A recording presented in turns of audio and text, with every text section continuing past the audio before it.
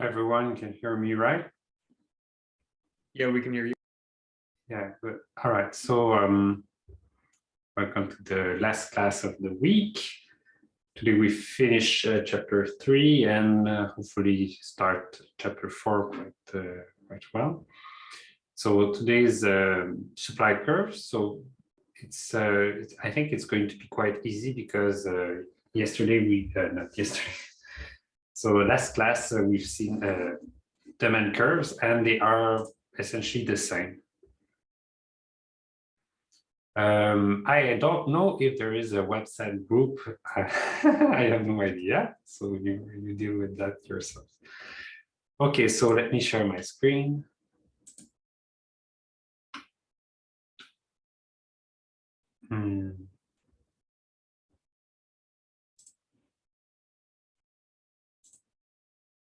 All right. So just to remind you, what we were discussing about what the big difficulty, I think, for beginners in economics, and especially microeconomics, is understanding movements along the curve and movements of the curve. So just to refresh your memories, so a movement along the curve is a change in quantity demanded, and I just added n price because that's obviously the mostly both things happening at once.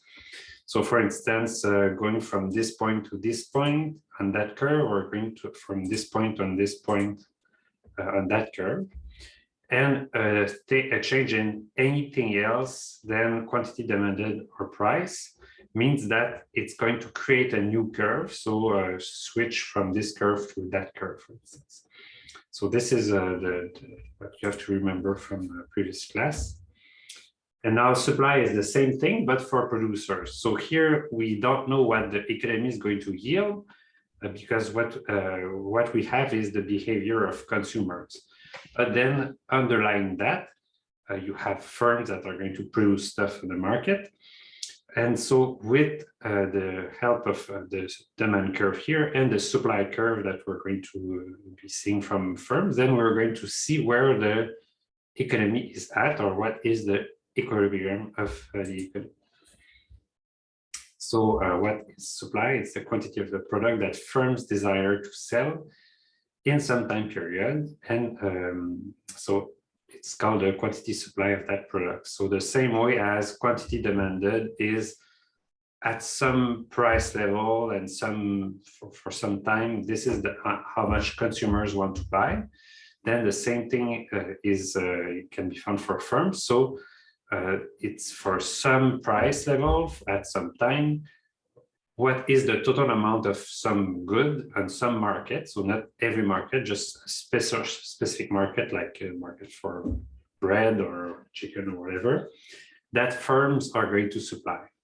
So here we don't really make a big difference between suppliers of chicken or grocery stores. So we just assume it's the same thing. Or so you just have two actors here. You have the consumers who go and buy the things, and the suppliers who go and sell the thing. Yeah, so quantity supply is the amount that firms are willing to offer for sale. And it's not necessarily the quantity that will be actually sold, because there might be a difference there. So the quantity actually sold is what's going to happen in that market, which depends on many things. And there can even be discrepancies between what there's some police car or something. Sorry. So there can even be a difference between the quantity that firms want to supply and the quantity that consumers want to buy. So in that case, we're going to say that the market is in disequilibrium. But when the quantity that firms want to supply and that is equal to the quantity that consumers want to buy, then it's perfect. We see that the market is in equilibrium and that everything goes well, as you're going to see. Yeah, so quantity supply is a flow as opposed to a stock, meaning that it's, for instance, every week how many breads are sold in the market, for instance. Basic hypothesis. So this is going to mirror what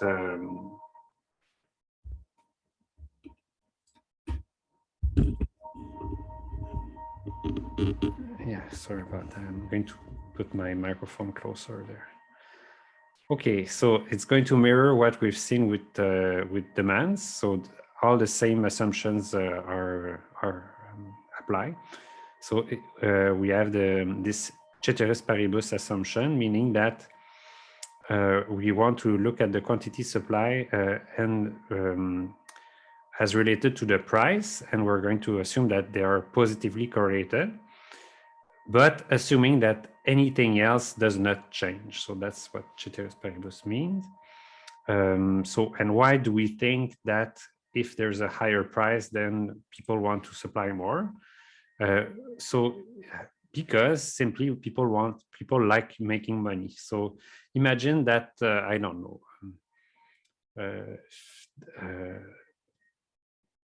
maybe how can imagine that people on the market were willing to buy a loaf of bread for $1,000. Then what should I do right now with my own time? Well, I should stop talking to right now and just run to the bread factory and start making bread and selling bread for $1,000 because I would become rich doing this. So that's the thing in general. So if the market price is higher than it would be, then it's going to entice more people to work in this sector and to make money. So this is why we assume that there's a positive relation between supply and demand, quantity supply and market price. Yeah, so because there's profitability. So here's what yeah, sorry, there's really this buzzing sound that just started.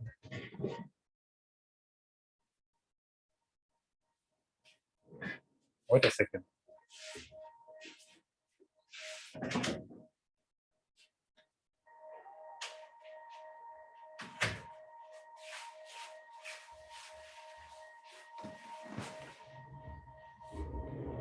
Well, I don't know where that comes from, but anyways, I'm going to try to clear my mind of it.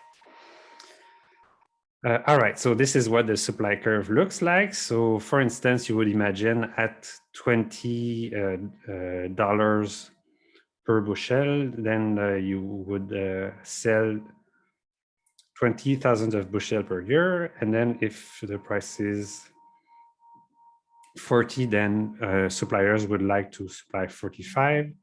If the price is 60, the suppliers would like to supply 65, 80, 80, 195. So this is how the supply curve works. So this is exactly the same idea as the demand curve. And so do you have an idea why this would go up like this? Because producers want to supply more when the price is high to profit more. Yeah, yes, exactly. That's a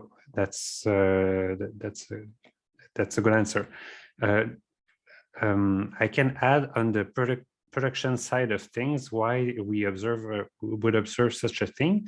So imagine the following. Imagine that I'm the supplier of apples, and I have an apple tree in the, oh, my sound is back. I have an apple tree in my backyard. So I start picking up apple. I pick 20 apples. Now it's just 20 apples. Then it's very easy to pick the first apples. So some of you may have heard of the expression low-hanging fruits. So low-hanging fruits is fruits that are low on the tree, so it's very easy to pick them up. So then it didn't cost me much effort to pick up the first apples, so I can sell them at a very low price. But then more people come in and ask, oh, could we still have more apples?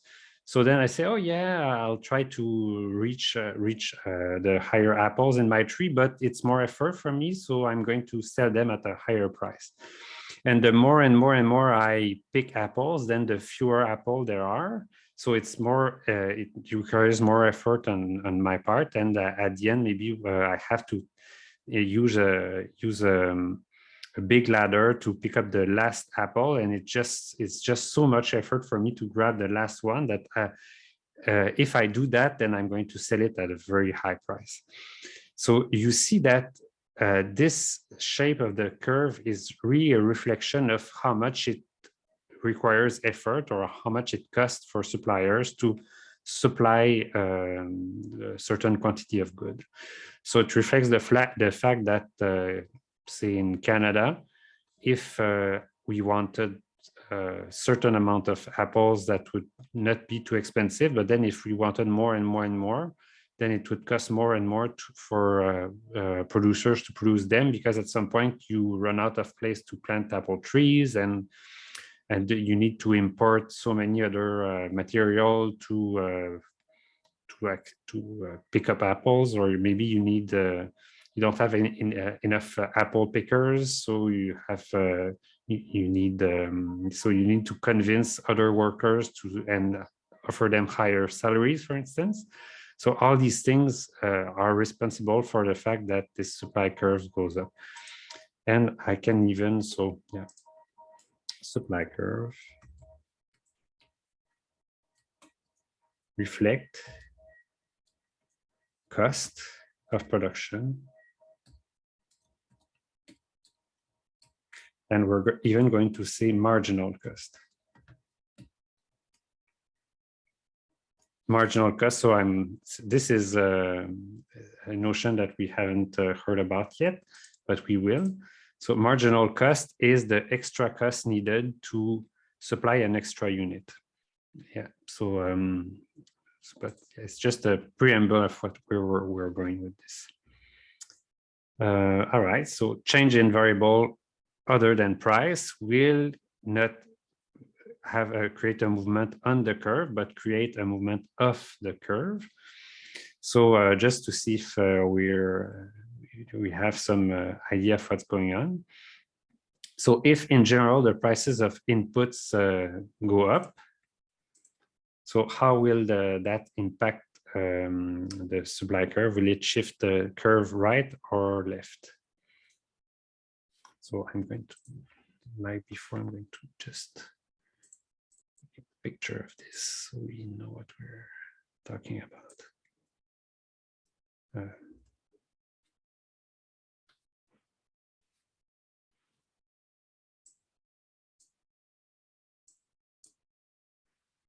All right, so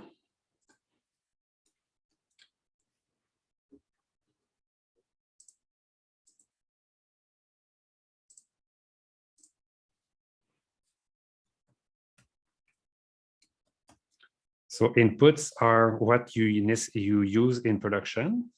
So example, salaries go up,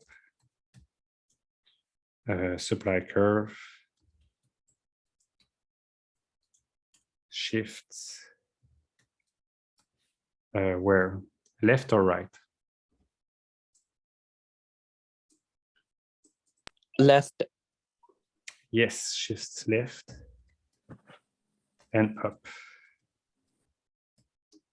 Because what this means is, before I would to produce 60, I would have been willing to sell at maybe, I don't know, $50, but then it costs me more in terms of salaries, so I have to sell it not at $50 but at $70, for instance. So, and that would be the same for another quantity. So this whole curve would shift left. Technology, so Right. yes. Well, if lower technology, no, I'm kidding. So if better technology,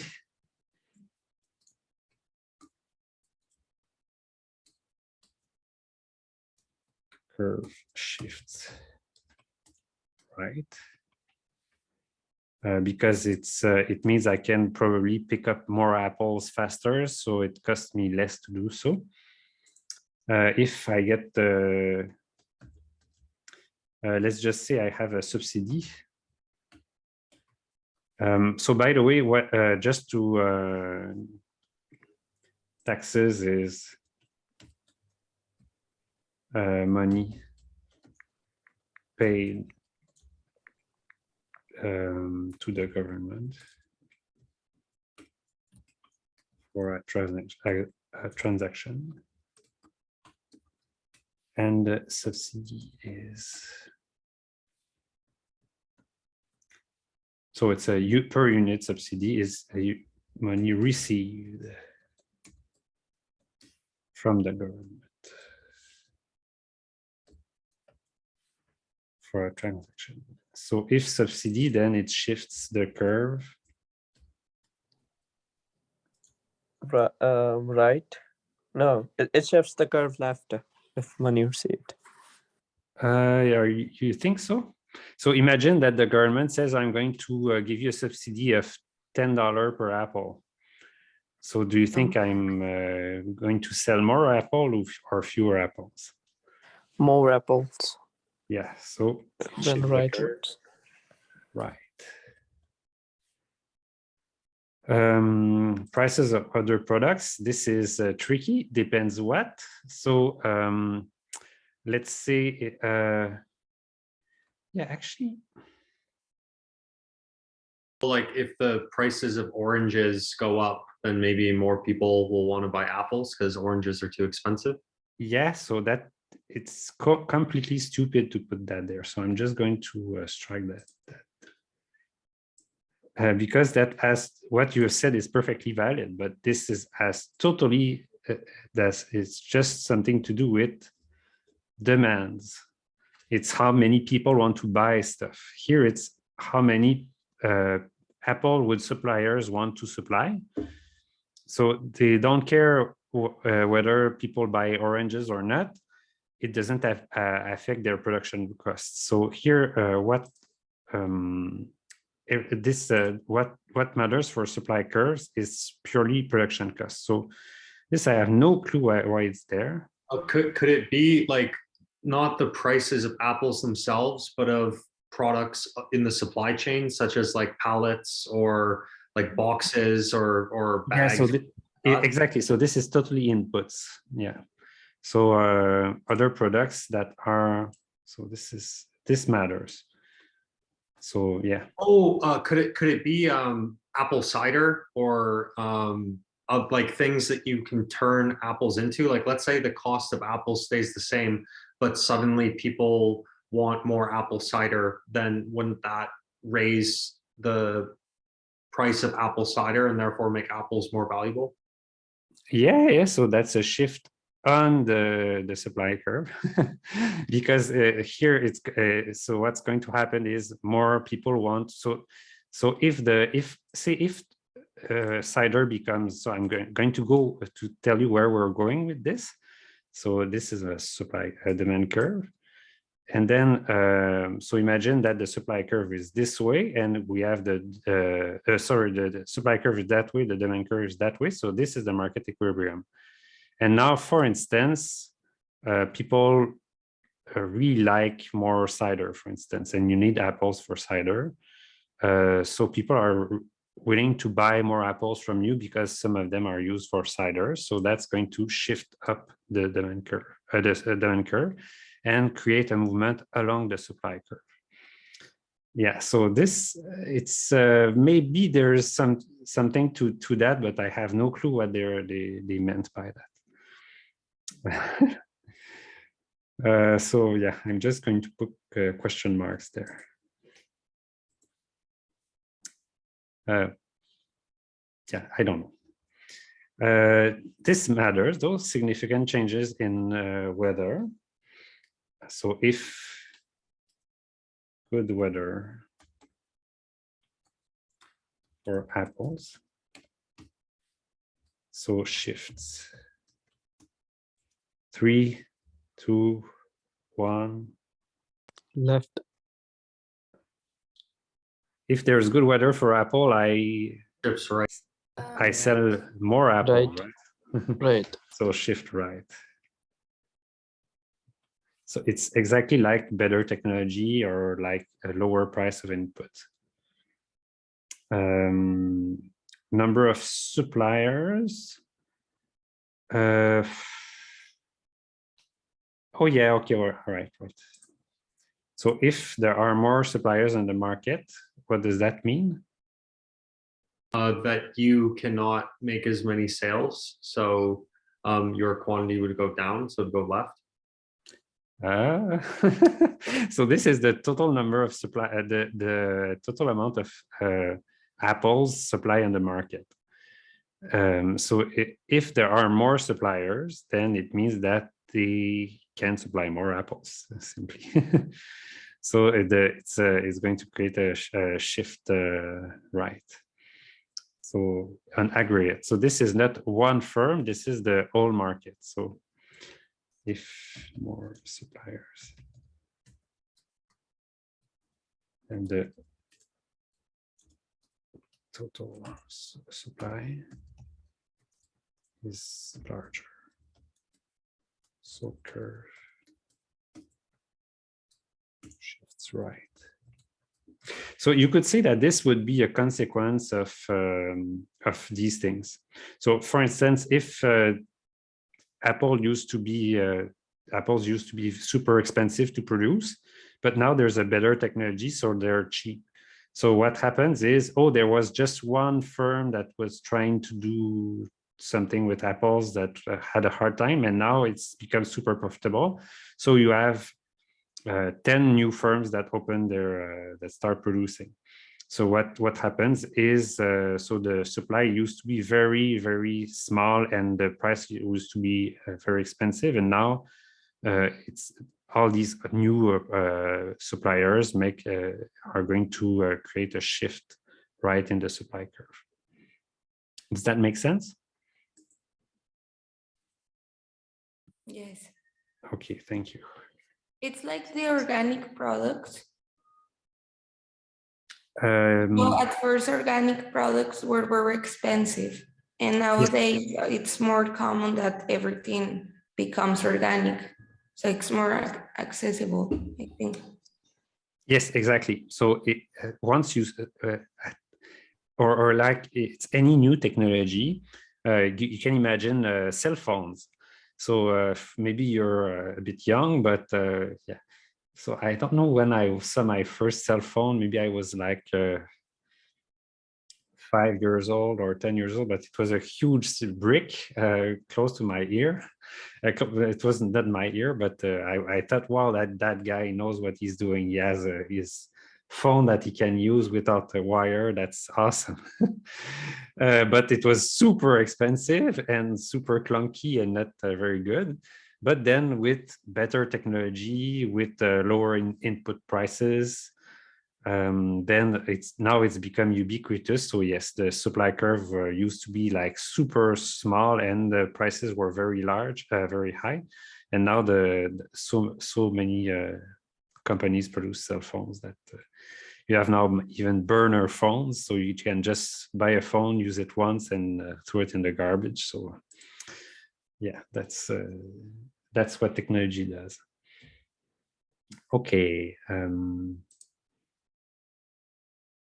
Oh yeah, so a shift in the supply curve. So for instance, if there's a shift right in the supply curve, so for the same price, before you used to produce 20, and now for some reason, there are more suppliers in the market, so you produce 50.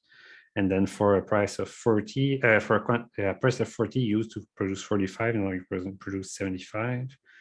And that's so for each initial potential price on the previous curve, then you have a new value of production. So that's a shift in the supply curve. Yeah. So it could provide. So here they say cost saving innovation, but that's really anything.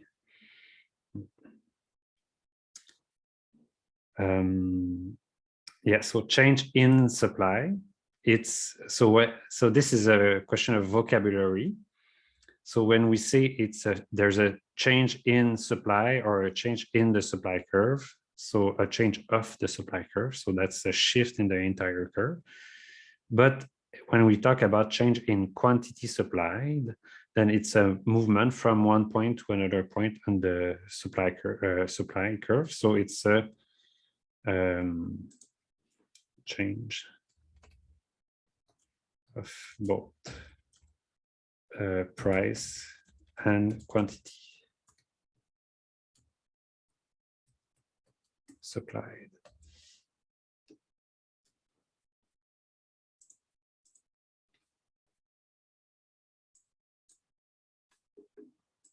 Yeah, so it's the same idea as for the Mann curves. Now we get to the concept of market. So what is the market? Well, it's the interaction of the consumers and the suppliers. So it's a situation in which buyers and sellers negotiate the transaction of some goods and services. So for a certain price, so for instance, if the price was $20, then this is how much, how many people would like to buy the product. This is how many units the market would like to supply by suppliers, and the interaction of these two actors will create, will make the market price settle on some value, for instance. All right, so and then of course we have many types of markets, so we're going to discuss this briefly. So markets may differ in the degree of competition among various buyers and sellers. In a perfectly competitive markets, buyers and sellers are price takers. So let me just say what this is. So price taker and a market actor, so a consumer or producer, like a firm, who do not, who takes,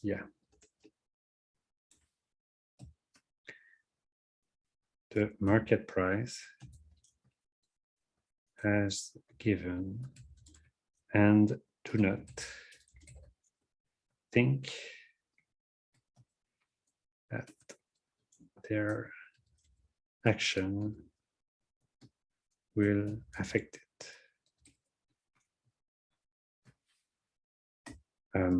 So this is for instance, if I go and buy a toothpaste, then I don't think that the fact that me buying a toothpaste at the Jean Coutu will all of a sudden create a big impact on the market such that the price of toothpaste everywhere in Canada will go up, for instance. So I think I'm a very small actor. My impact on the market is very limited. So I take it that the price of toothpaste is the price of toothpaste. It's $1 and it's not going to change.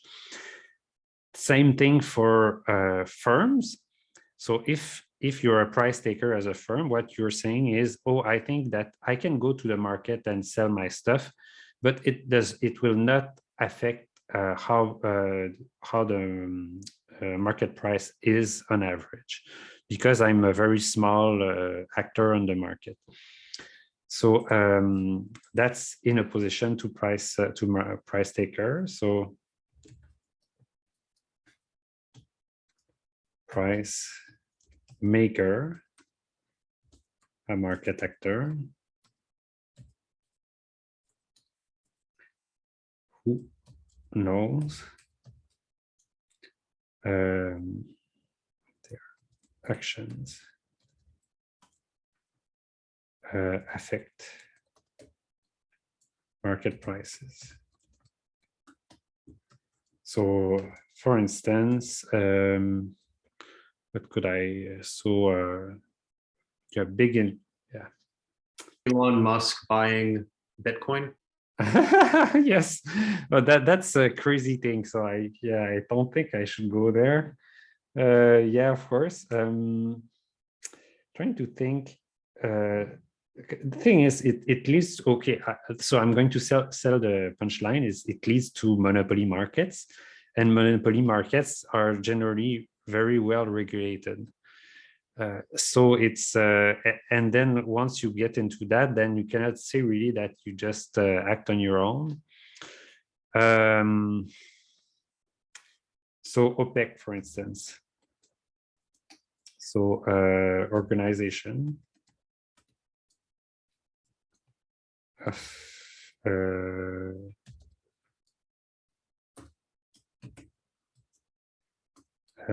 exporting.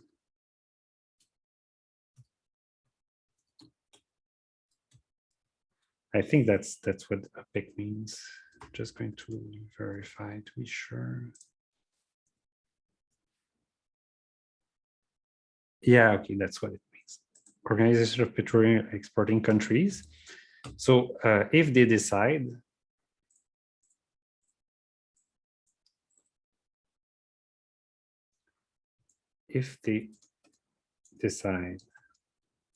to limit production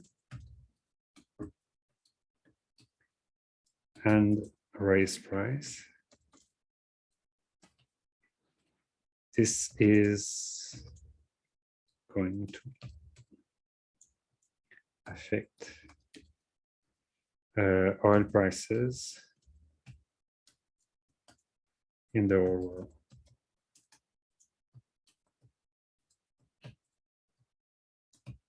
All right, because they're such a large actor on the market that if they do something, then they know that they can influence the whole market because they have such a huge part of the market.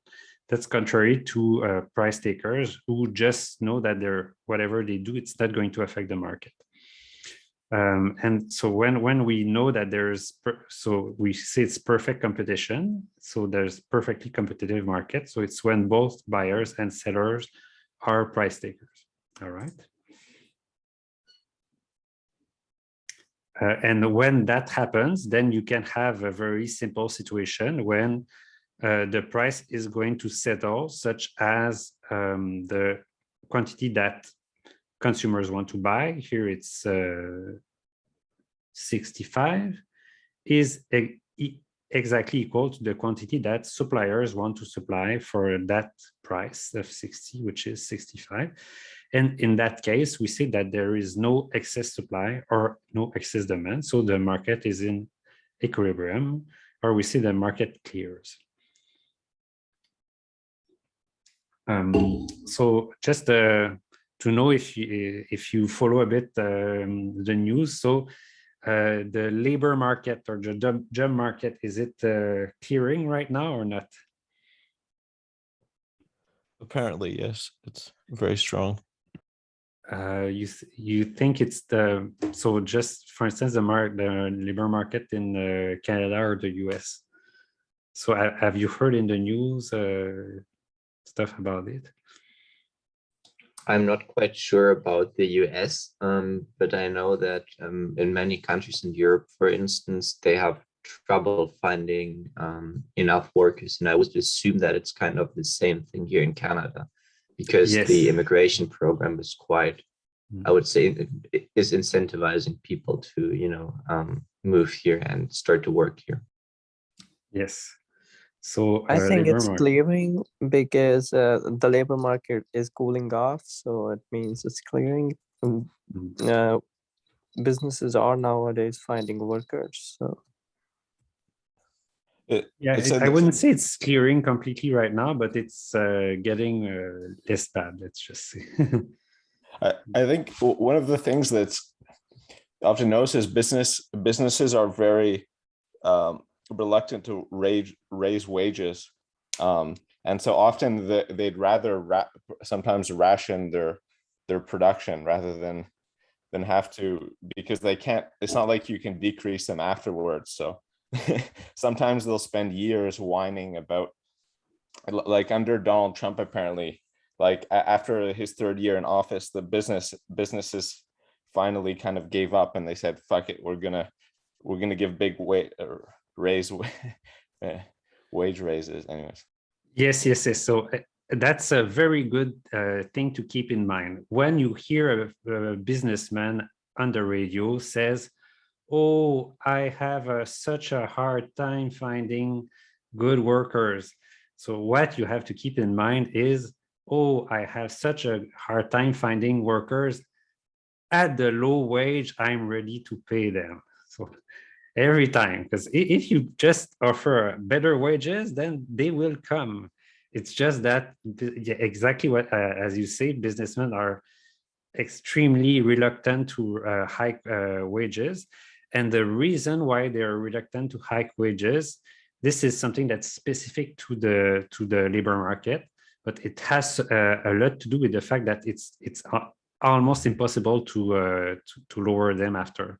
So nobody wants to have a low wage, a high wage, and then say, okay, well, I don't have a labor shortage anymore, so I'm ready. Let me just decrease your wage. So you were making $30 an hour. I'm just going to go back to 25 as before. So that never happens. So that's why the business owners, they really wait for the last minute before they actually raise wages. Yes, the thing is, if the labor market was like any other market, what would you observe? You would observe, oh, there's a shortage of, I don't know, apples because there was a very bad weather condition this year, so apples cost more. But then the year later, then there was good weather condition in the summer and there's plenty of apples, so the price goes back down. So the market of apples can adjust very easily from year to year. There's no problem with that. But labor market is really a completely different thing. It should be the same, but in all actuality, it's yeah. So wages go up, but they almost never go down. Yes, so it's very true. Now is a good time to negotiate, because if you're working somewhere and you want to have a better wage, now is the time. You go to your boss and say, by the way, I just had a very good offer at some other firm. I'm thinking of leaving. So there's a good chance they're going to say, yeah, no, please don't go. Please don't go. We're going to match this wage offer. This is my 2 cents about it. In what field? In any field. So I actually had a student in last semester in one of my other classes. She was organizing a union at her store because she was fed up with the bad condition, and she said, yeah. So I told her it's a good time to organize a union now, because they're freaked out at the idea of losing their workers. So they're in a bad situation. But if we wait like 5 years, 10 years, and the coronavirus disappears and things go back to normal, then it's going to be back to equilibrium, hopefully. All right. So that's market equilibrium. Okay, for possible curve shifts. So there could be an increase in demand that cause an increase in both the equilibrium price and equilibrium quantity, decrease in demand, increase in supply, decrease in supply. So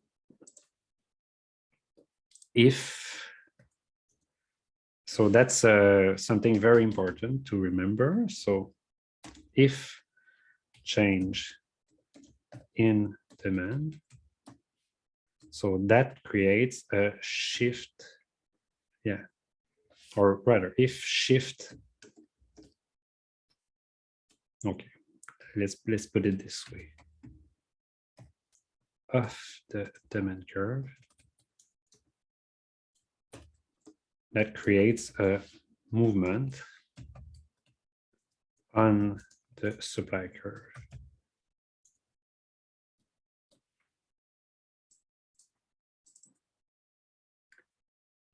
And if change in supply meaning a shift of the supply curve that creates a movement on the demand curve.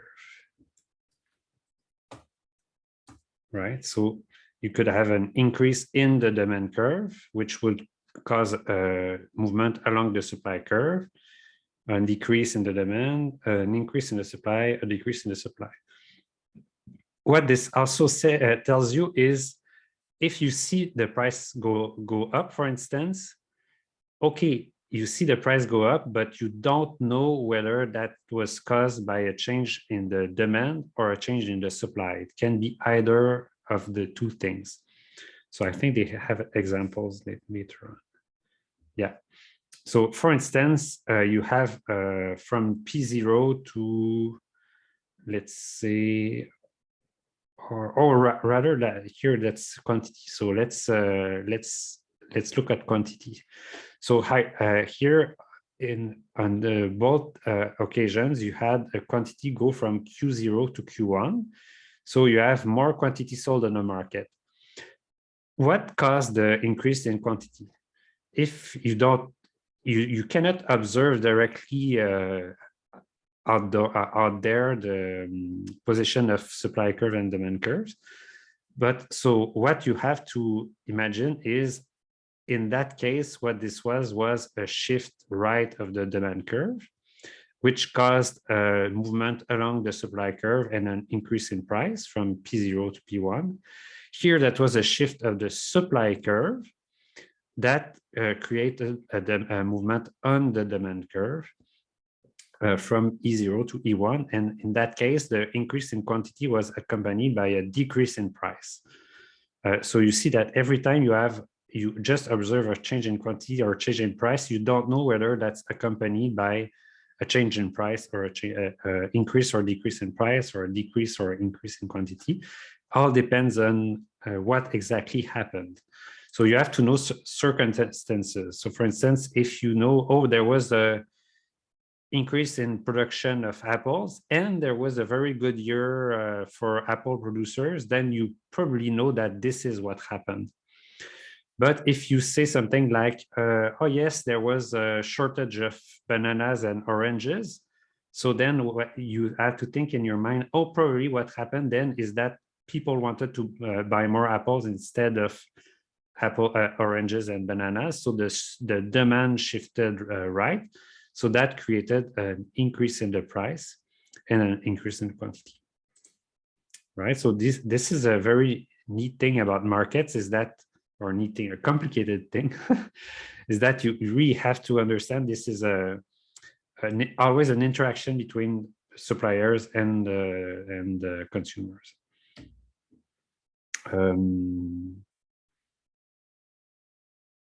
Yeah, so this is a bit what I've talked before about.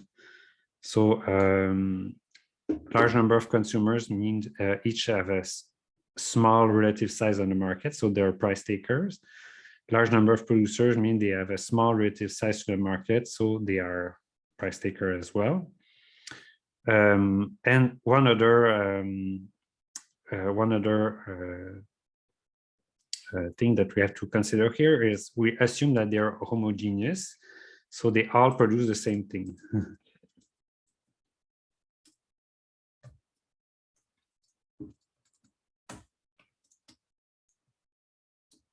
So in real life, you know that there's great variety of stuff, but for this very simple model, you imagine that everybody produces apples and they're all the same. Otherwise, it's much more complicated than that. Yeah, this is a bit more. Yeah, this is not super important. So the important thing to say about this is that what we care about is relative prices rather than absolute prices, in the sense that so what's important is the fact that, say for instance, a product is more expensive relative to other products. But if all the price of everything rises at once, like if there's inflation, then it's not that big a deal. So sometimes people freak out about inflation. They don't have any clue what they're talking about.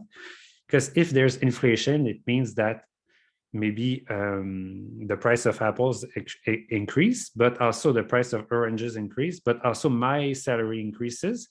So then instead of paying $1 for an apple, I pay $2 for an apple, but instead of earning $10 an hour, I earn $20 an hour. So what matters is my purchasing power, is my ability to go in the market and buy apples.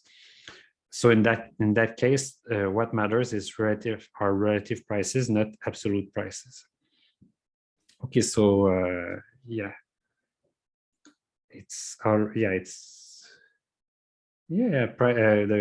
the class is finished already. Is that so? Is the price? No, we're going until 10 o'clock. Yeah, I thought it went so fast. All right, so we're going until 10. All right. So that's, yeah, so this is a question of inflation. But really unimportant.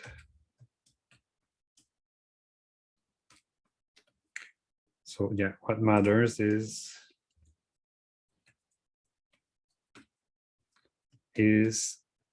purchasing power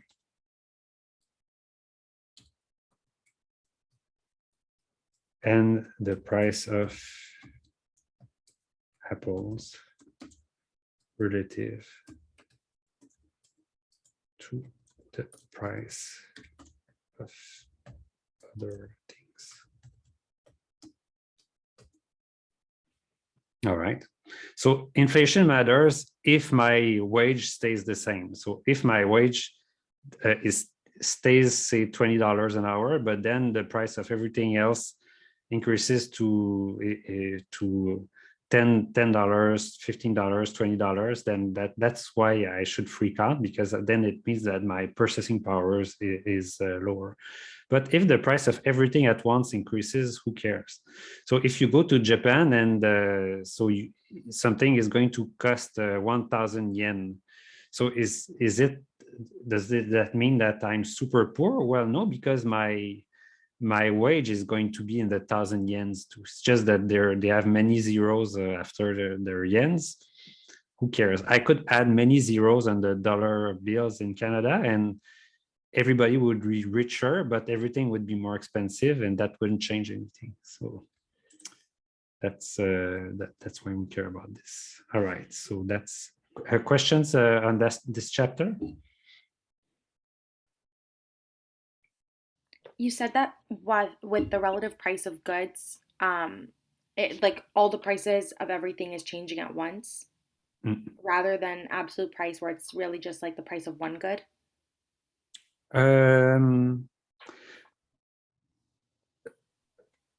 So what I'm saying is what matters is relative prices. So what purchasing power.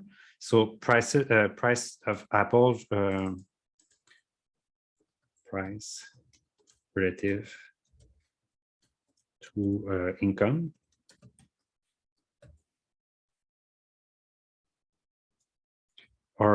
And price of apples relative to the price of other things. So that's what matters for demand and supply.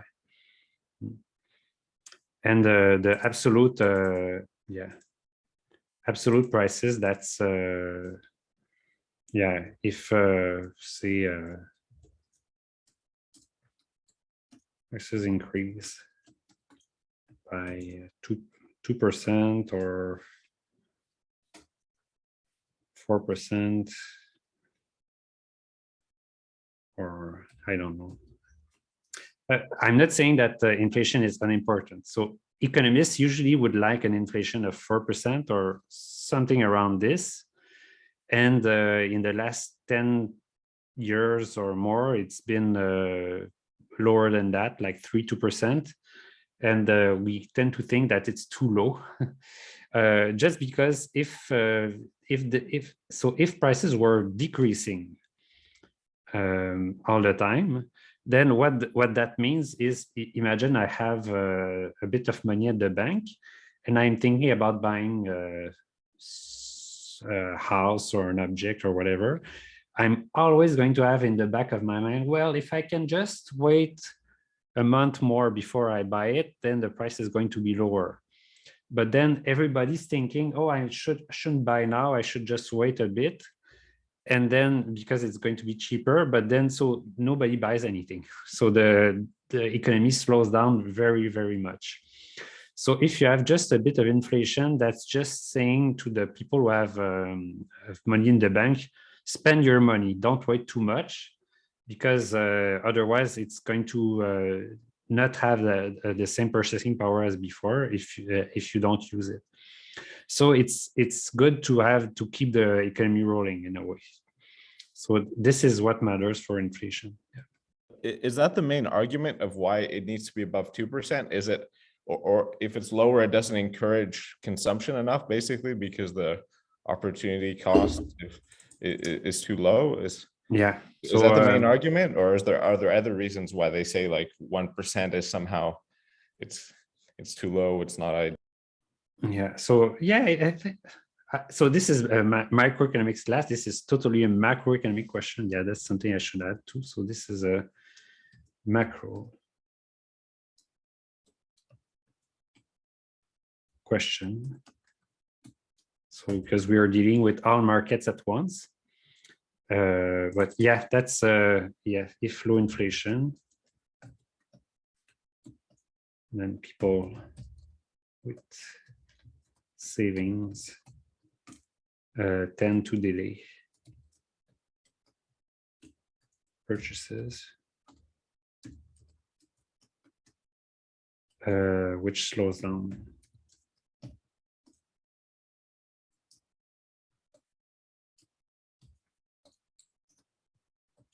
so that's called the paradox of thrift. This is it. How I just going to check if I'm writing it correctly. Yeah, exactly. Yeah, so that's the main thing that worries. So it's not the end of the world if you have a low inflation, but yeah, a bit higher would tend to be better. That's what. So there's a debate. It's between 3 to 5% is what most economists would say is okay. Yeah. And yeah, much lower is bad. So for instance, if you have something like an iPhone and the price of the iPhone goes down and down and down, it used to be 500 and then 400 and then 300. So what should you do? Well, you should just not change your iPhone right now, wait 6 months, and you get a much cheaper iPhone that's almost as good as what you would get now. So that's something that will make people want to delay their purchase of iPhone. But if they think, oh, I should buy now because the price is going to go up in the future, then that's going to encourage them to buy. So it's really an idea of having the economy rolling. Yeah, people not just sitting on a big pile of money in their bank account and not doing anything with it. All right, but so this is a macro question. It's what we care about is this thing here, the prices relative to other things. All right, other questions? All right, so good with this.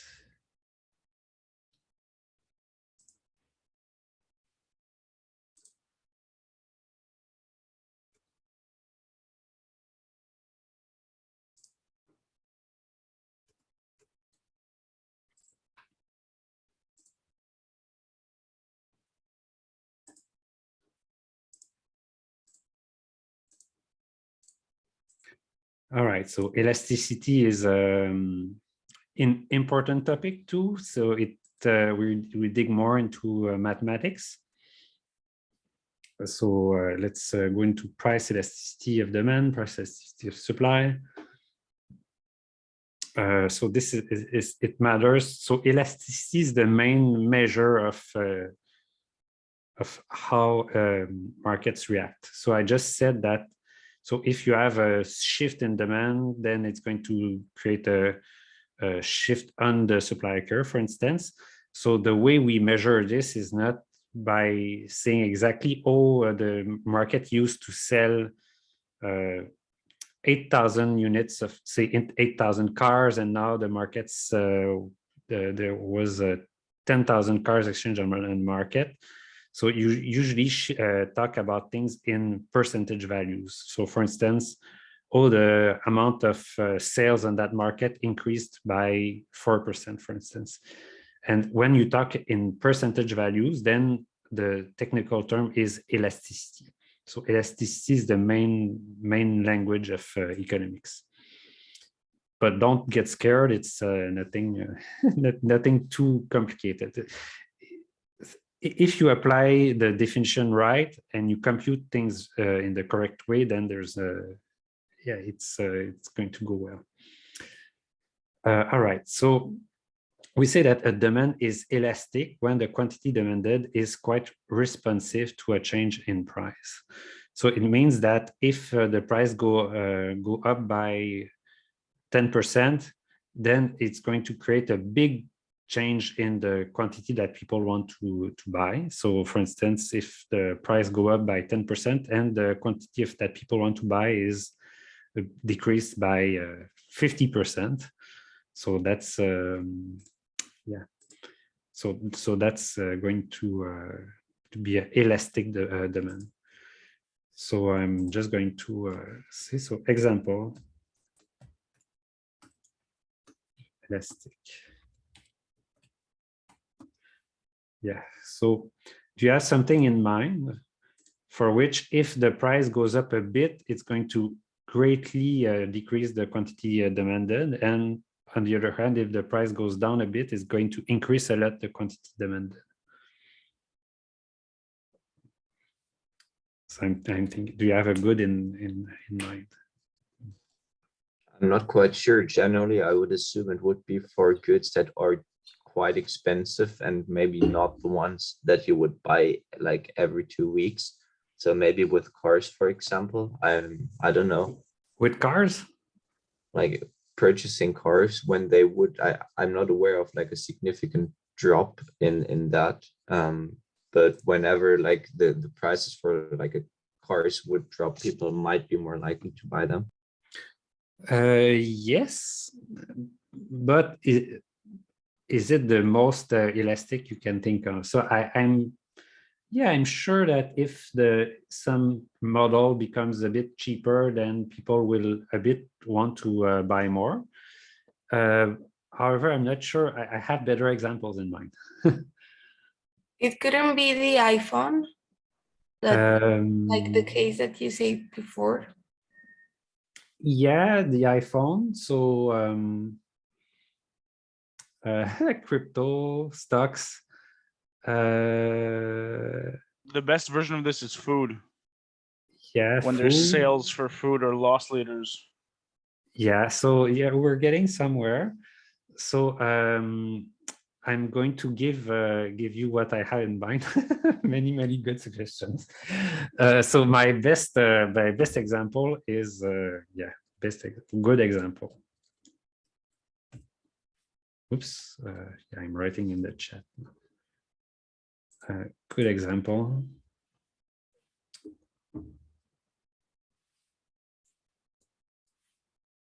Example of elastic demands. Demand is Coca-Cola versus Pepsi. Why is that so? Well, because those two are, I'm sorry for big fans of one or the other, but those two are the same thing. And well, maybe your palette is able to distinguish if we give you one or the other, but mostly it's a question of yeah, is the packaging this packaging or that packaging, but the liquid is the same. So imagine that, and the thing is, they're always and they're always exactly the same price. And if for some reason you went to a vending machine and the Coca-Cola was always 20% less expensive than Pepsi, then so maybe because you really like their advertisement, you would still buy Pepsi, but mostly since they are the same, or I could give you another example. Naya water and water. So again, they're mostly the same. So it's very hard to justify selling one much more expensive than the other, because they're essentially what we call perfect substitute, or close to perfect substitute.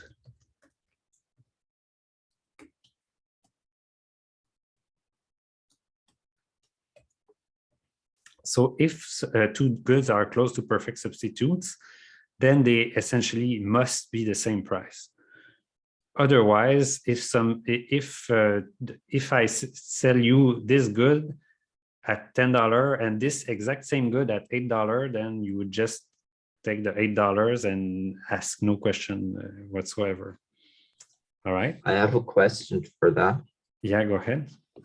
Especially with the different types of waters, wouldn't it be the case? I mean, if you go to the supermarket, there is like a huge difference in prices for water. You have branded water that is more expensive, significantly more expensive than like just like the cheapest you could find, but still a lot of people do buy it. So is that just like isn't that just like a theoretical assumption and not actually practical? So you're saying my example is not a good example? No, I'm not saying it's not a good example. I just want to understand. Maybe there's something that I'm not aware of. Yeah. So why would people buy the expensive water or well, I don't know why people buy water anyways. So I'm not a good Me judge. neither. But yeah, so the assumption there is the two goods are exactly the same. And so imagine I'm at the counter and I'm going to have I take the Coca-Cola or the water bottle and I pour it in one glass and I pour it in the other glass, and you see me do it, right? So you know that they are exactly the same, and I say you can buy the glass number 1 for $1 or glass number 2 for 80 cents. So since you know for a fact they're exactly the same, well, normally you don't want to spend too much money, so you buy the cheapest thing, and there's no reason for you to buy the more expensive one.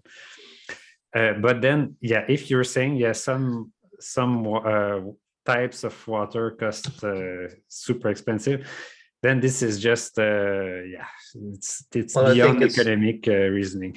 It's like I think it's like the perceived value of the product that is like basically the brand identity increases the value, and that's why people would buy it.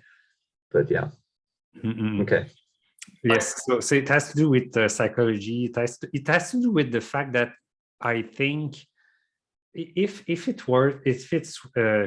costs $15, oh, surely there must be some magical property about it. Surely it's going to give me superpowers and cure all my illness and give me nice abs and everything.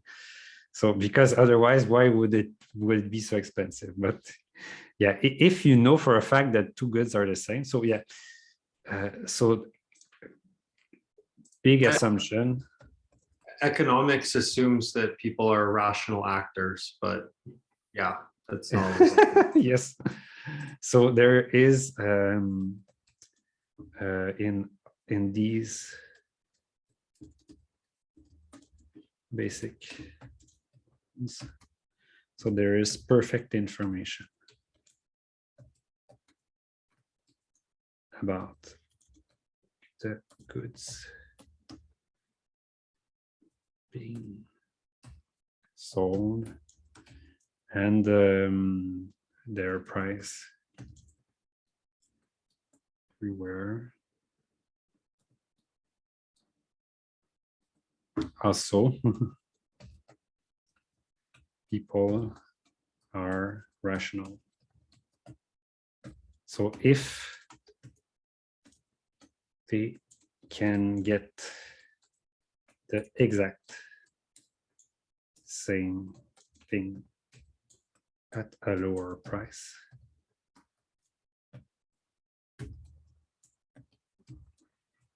they will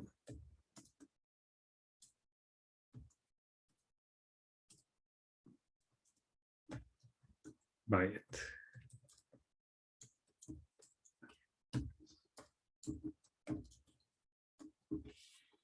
So life is complicated, but as I was saying in the previous classes, these are, so you have to simplify a bit what we're talking about to describe what's going on. And that's the assumptions that we make.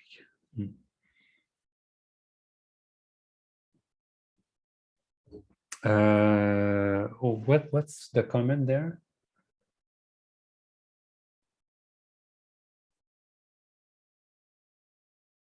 Okay, yeah. So okay, maybe we have Ravi is a specialist in real estate markets. I'm not, but yeah, I'm going to take your word for it. So yeah, if in real estate, if the price goes 10% higher, then people rush to buy. So that would be, if that's the case, yes, that would be a perfect example.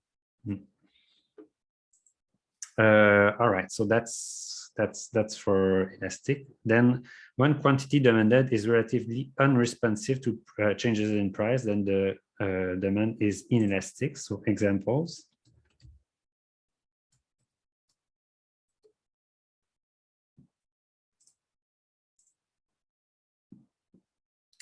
Yeah. Okay, yeah.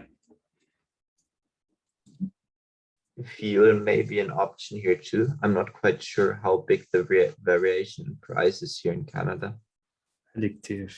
Does addictive takes 2Ds? Verify this. Certainly, I think gasoline fits in that category. In the short term, in the long term, it's more elastic. Yes, so goods that people need. So very good example is life-saving medication. So have you heard of this nice fella, Martin Shkreli? Yeah, he just got wrecked in court. Yes, no, I think he's in prison or something. But yeah, so his big idea was, oh, I'm going to buy a life-saving drug that I think is for HIV positive people, and then hike the price 5 times. So it's a pill that was already expensive because in the US pills are expensive, and then he made the pill, I think, 5 times more expensive, or maybe even more. And he said, yeah, so people don't want to die. So if I hike the price, they are still going to buy it. And yeah, that's genius, evil genius, in my opinion. So yeah, addictive goods is good, goods that people need. But about cigarettes and gas, so cigarettes, it's in the short run, yes, but in the longer run, there's pretty good evidence that if taxes on cigarettes go up, then at some point, less people become smokers, or more smokers end up stopping. So in the short run, that's true. You want your cigarette, you buy it, but still people are able to make the change, and yeah, taxes on cigarettes are actually quite effective. And same for gas. So gas prices in the short run, I have to go to work. So, oh, I see that the gas at the pump is super expensive for some reason. Well, I just swear in my head and I still buy it. But if in the long run, if prices are always too high, what can I do? Well, I can decide, okay, I'm just not going to buy a new car. I'm going to take the bus or the metro or something else. So that's something that,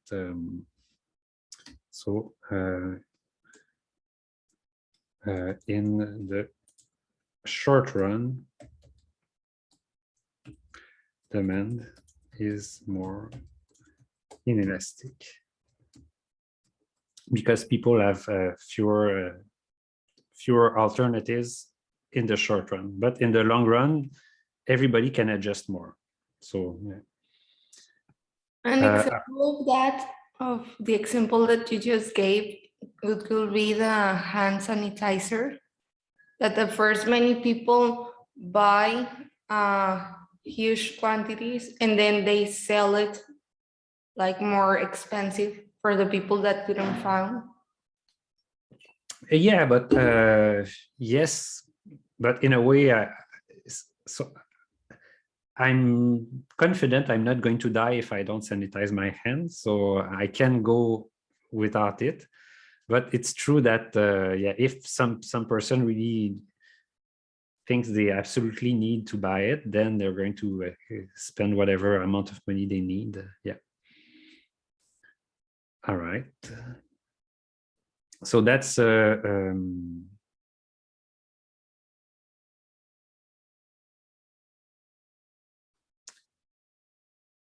okay. I was, for a moment, I was quite shocked. So that's not the case. Yeah. Sorry, these slides aren't perfect. So that's yeah. I'm just going to. Okay, I know what I'm going to do. I'm going to put some white on it. All right, so that's relatively elastic demand. Why is it relatively elastic? Well, it's elastic means, so elastic demand is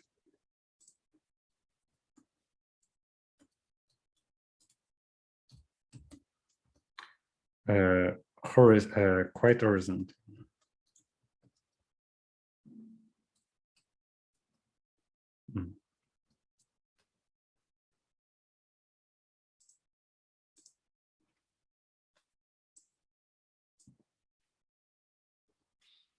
Yeah, so why? Well, we see that there is a small change in price from P0 to P1, and there was a very large decrease in quantity demand. So that's exactly what we mean by elastic. It means in that case, it's like a Coca-Cola. No. Yeah. This blue curve is demand. If there was if this was the example of inelastic, there would be two of the blue ones. $1 demand line. There's only one. So yeah. So no. Here we're talking about the shape of the demand, and what we're saying is if there's a shift in supply, that's going to affect a lot the quantity demanded. Yeah. So so I'm going to show you what inelastic demand is. So inelastic demand is yeah.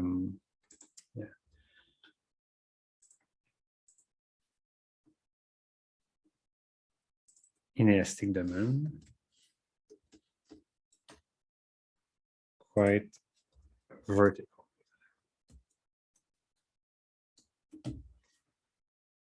So in that case, there was a large change in price, and yet the quantity changed very little. So this is a bit like life-saving drugs or addictive goods. So even though the price went up very, very much, then people still want to buy almost as much as they used to buy before. All right.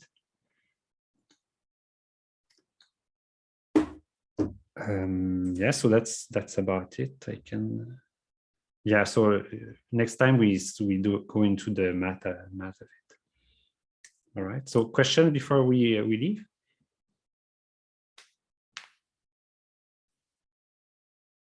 So again, this is what I was saying. if you want to describe the shape of the demand, then you look at a change in the supply curve. And the opposite, if you wanted to describe the shape of the supply curve, then what you would look at is a change of the demand, and then you would have different points on the supply curve. So here, to describe the shape of the demand curve, we look at two different supply curves, and we see that what happens along the demand curve. All right, so yeah, I'm having office hours right now. So if people want to stay to ask questions, you're free to do so. Otherwise, thank you very much and have a nice weekend, everybody. Thank you. Have a nice weekend. Thank you. Have a good day. Thanks, sir. Have a good day. Thank you, sir. Have a good weekend. Thank you. Thank you, sir.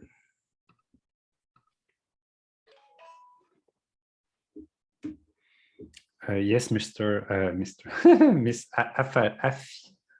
Aflalo. Yeah, hi. So I was just wondering, I didn't understand the figure 338 where you were talking about like if there's like a shortage of bananas and oranges, probably people will want to buy more apples. I didn't understand that logic. Okay, so let me go back to it. Thank you.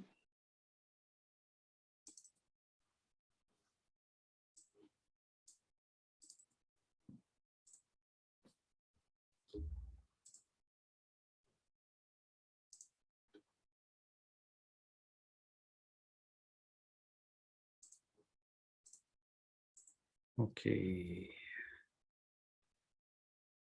3.8. Okay. So so you're saying if there's a change in, okay, so I think we're talking about this one. Yeah, the movement from Q0 to Q1. Okay, so imagine that, yeah, so something that can be substituted for apples. So for instance, I don't know, oranges. So a bunch of people, they don't really care whether they eat an apple or an orange as long as it's a fruit. And now there's a shortage of oranges. So I don't know, they're stuck at the border or for whatever reason, we can't have them. So it means that a bunch of people would normally have bought for this price, say they would have bought that quantity of apples.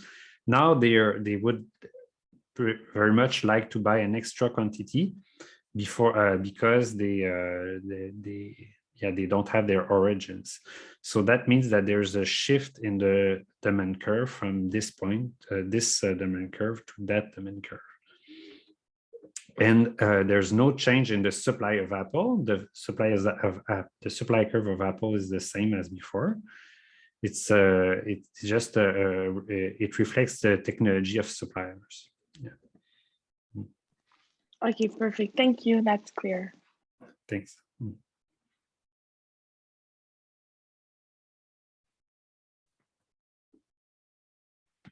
I have a quick question. I just changed to this class because I was in with another professor. Mm-hmm. So I just need to watch the two videos that you have already uploaded of the classes. Yeah, I uploaded all of the videos of the class. Because I have only what it has been helped me to understand. It's the videos that are of the chapters, the ones that like a professor explains.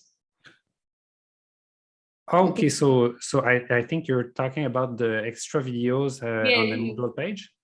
Mm-hmm. Yeah, so you're free to watch these, no problem. Okay, thank you.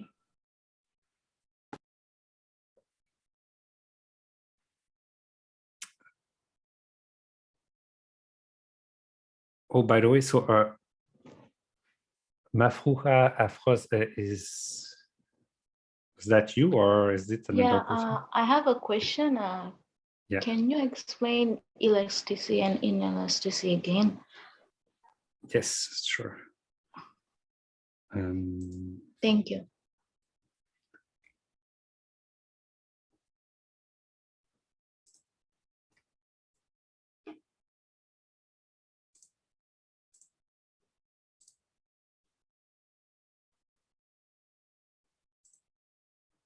All right.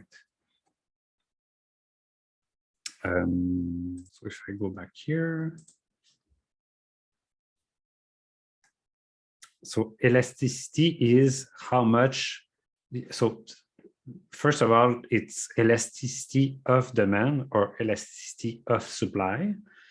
So now we're talking about the elasticity of demand, but the same concept is going to apply to supply curves later.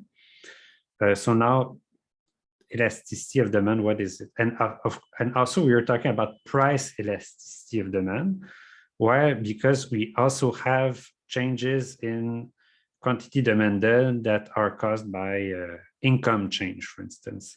So that would be income elasticity of demand, for instance. But now, so this is what we're talking about.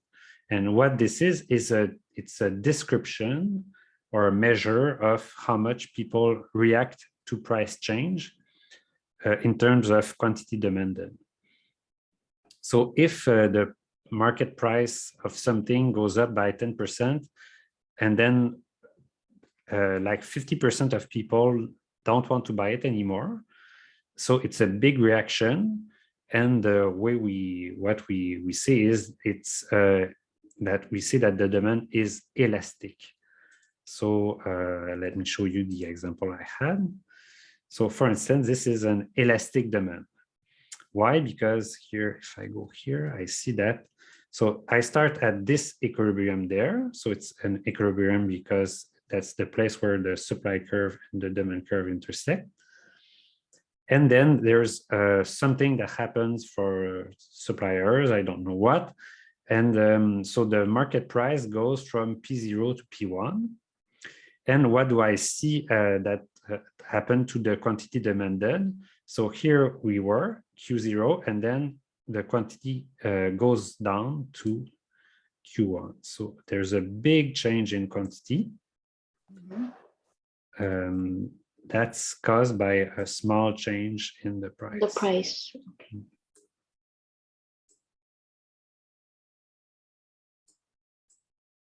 And my arrows aren't great, but yeah. So there's a big change in quantity and a small change in price. So that's elastic. And then the reverse would be inelastic. And in that case, what you would have is a small change in demand, even though there was a big change in the price. So this is really a description of this curve there, the demand curve. That's what we're talking about. Is there any more example for inelastic? Yes, so it would be something like I said, like life-saving drugs, for instance. So if that's I need to buy some medicine because I'm HIV positive and I'm going to die if I don't take it, then if somebody like Martin Shkreli buys the drug and hikes the price, well, I'm just going to almost buy as much as I was buying before, because otherwise I'm going to die. So it's very sad, actually, but sorry. Yes, so that's why there is this. So that's why we look at this, and it's very steep. Yeah. Okay. Thank you. No problem. So Amalek Escobar. Yeah, so what is exactly the equilibrium? So the E1 on the graph? Equilibrium. Or the E0? Yeah, so equilibrium is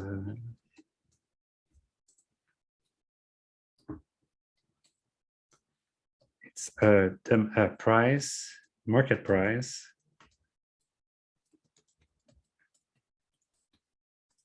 and quantity such that the quantity, yeah, I would just say a market price such that the quantity demanded at that price equals the quantity supplied at that price. So there is no excess demand, no shortage, and no excess supply.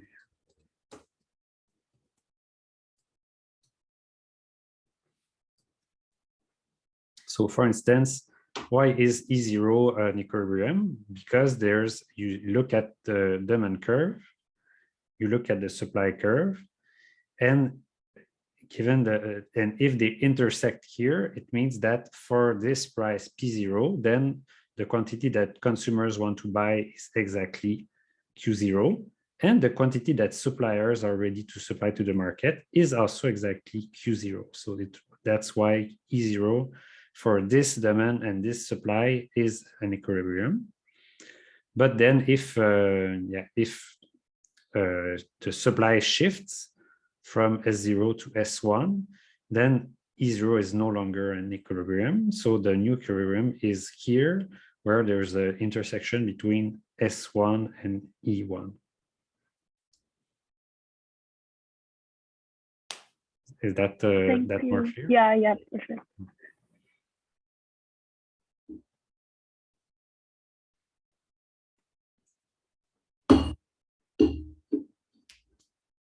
Other question, comments?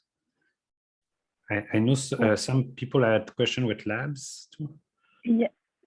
So that was gonna be my question. So I just enrolled in your class, and the lab is due Sunday, right? Yes. Okay, and how do I get to register to the lab? Oh, okay. So you have to go on the Moodle page and buy the MyLab access. Have you done that or not? No, it's my first class with you, and All I just got in the Moodle page this morning.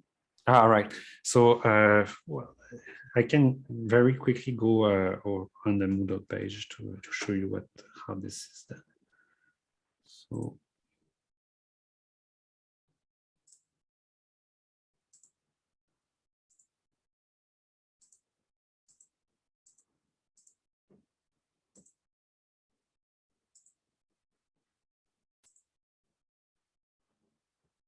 Yeah, sorry, it's takes a while because there's a double authentication with the code and everything, but that's life. Okay.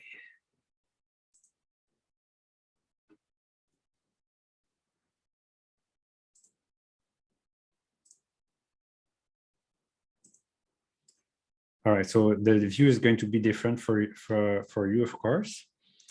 So what you have to do is go on here, My Lab and Mastering, click on it, and I guess now they're going to want you to buy it, and you have two options. It depends whether you already have the textbook or not.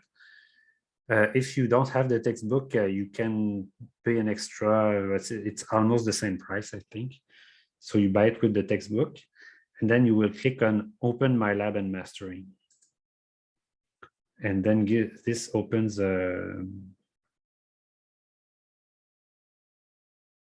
it opens this things which is probably different for you.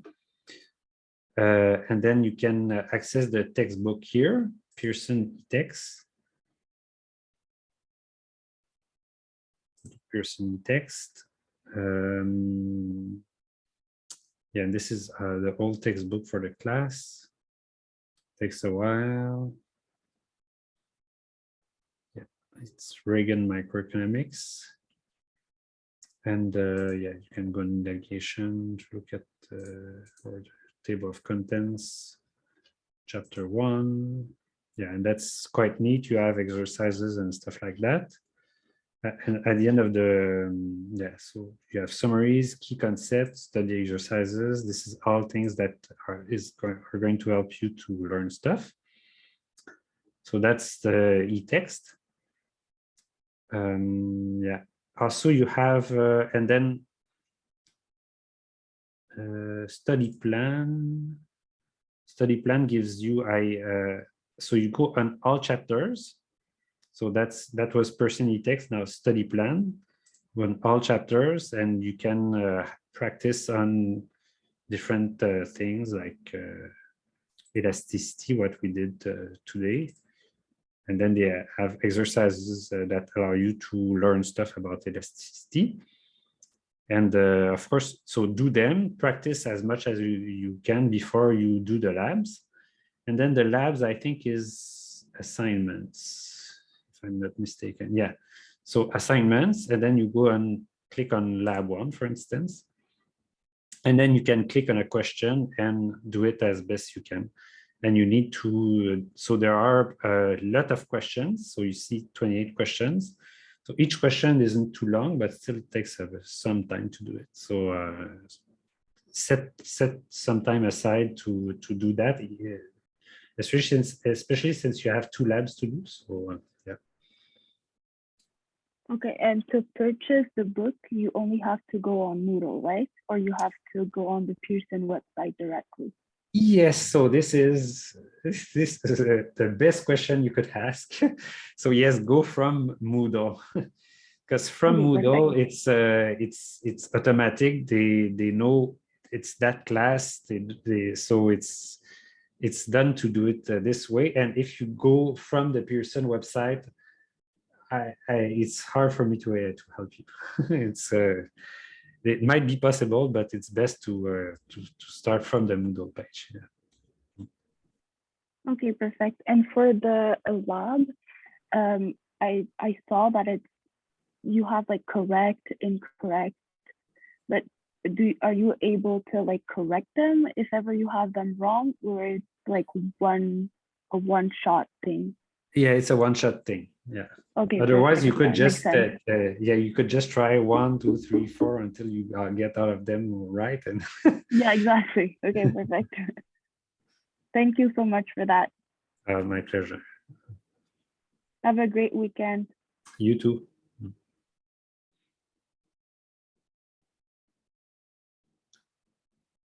All right. Other questions about the labs?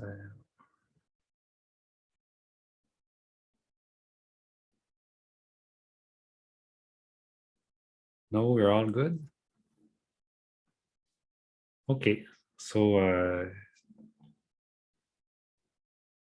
closing the